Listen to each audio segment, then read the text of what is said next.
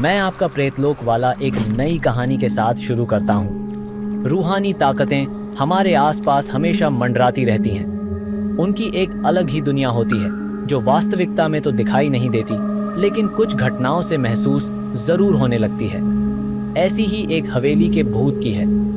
दरअसल एक पुरानी हवेली है जिसमें कई साल पहले राजा महाराजा रहा करते थे, लेकिन अब वह वीरान पड़ी है क्योंकि उन राजाओं के वारिस देश से बाहर जा चुके हैं। हवेली की हालत जर्जर हो चुकी है।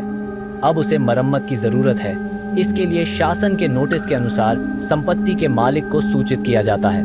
कुछ दिनों में पूर्व राजाओं के वारिस में से एक लड़की हवेली में अपने बच्चे के साथ दाखिल होती है, जो कि उस जमाने के राजा के नाती की लड़की थी। उसका नाम उर्मिला था। उसके पति की कार एक्सीडेंट में मौत हो चुकी थी। अब वह विधवा हो चुकी है, लेकिन उसके पास उसका एक बेटा है जो 8 वर्ष का है और वह भी अपनी माँ के साथ हवेली आया है। हवेली बहुत विशाल थी, इसलिए उसकी साफ सफाई के लिए कई मजदूर बुलाया गए, जिन्हें चप्पे चप्पे की सफाई करने का ठेका दिया गया। किसी को नहीं पता कि हवेली के कोने कोने में कितने खूनी रहस्य छुपे हुए हैं। उर्मिला के आने के बाद हवेली की हवा रूहानी होने लगती है।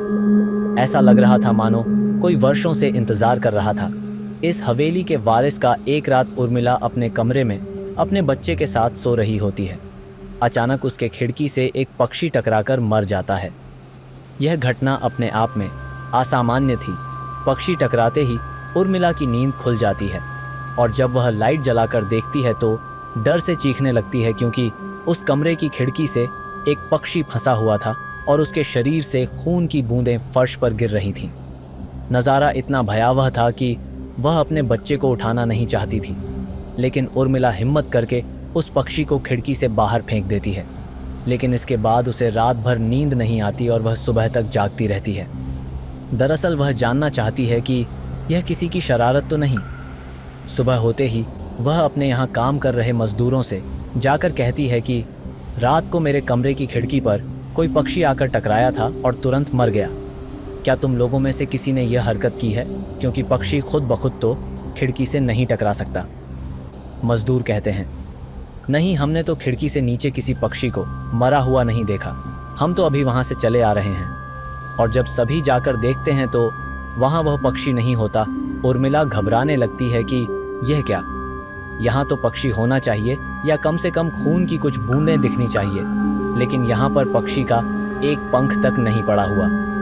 उर्मिला सभी मजदूरों को कहती है कि हवेली में बहुत सी कीमती चीज़ें और मूर्तियाँ हैं, संभाल के साफ सफाई करना। मजदूर अपने अपने काम में लग जाते हैं। उर्मिला अपने बच्चे के साथ कमरे में टीवी देख रही होती है कि अचानक हवेली की छत से एक मजदूर नीचे गिरता है। उर्मिला को अचानक लोगों की आवाज़ सुनाई देती है। वह भागकर खिड़की से नीचे देखती है तो एक मजदूर की लाश पड़ी होती है। यहाँ तक देखने के लिए धन्यवाद। आगे की कहानी के लिए भाग 2 देखें और कहानियाँ सुनने के लिए चैनल को सब्सक्राइब करें।